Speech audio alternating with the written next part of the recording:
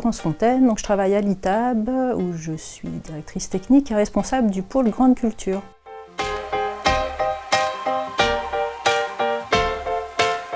J'ai piloté le projet EcoVabe qui portait sur l'évaluation variétale en grande culture bio.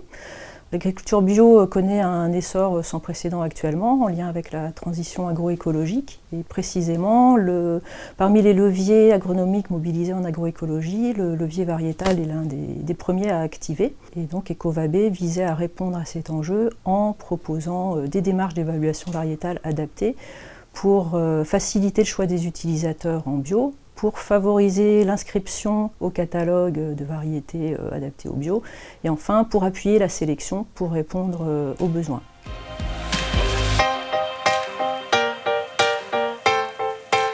Les actions d'EcoVabe, donc en premier lieu, on a mené une analyse de l'offre variétale en bio et son évolution depuis une dizaine d'années pour voir les manques, les besoins, les ressources génétiques utilisées. On a aussi comparé les résultats variétaux en bio et en conventionnel pour voir la complémentarité de ces deux approches et comment elles peuvent se nourrir l'une l'autre dans les deux sens. Et enfin, on a fait des études de comportement variétaux en conditions spécifiques bio, à savoir stress azoté dans le cas du blé tendre, stress hydrique dans le cas du soja, et enfin culture en conduite associée pour le pois cultivé avec du blé.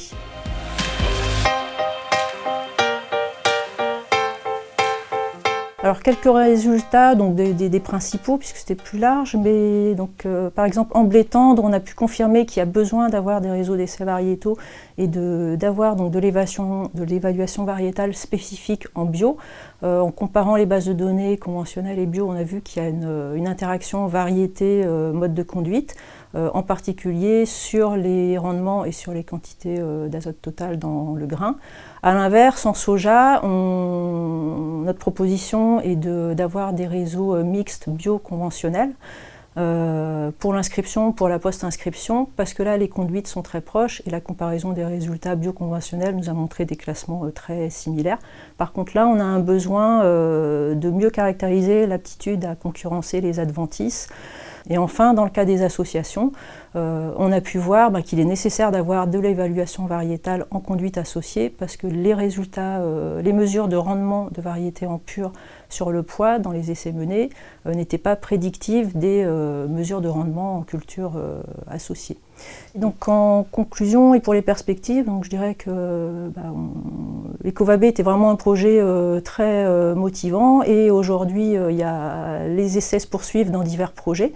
En soja, en blé, en oléoprotéagineux, et surtout les réflexions se poursuivent au sein de la CISAB, donc la commission intersection du CTPS dédiée à l'agriculture biologique.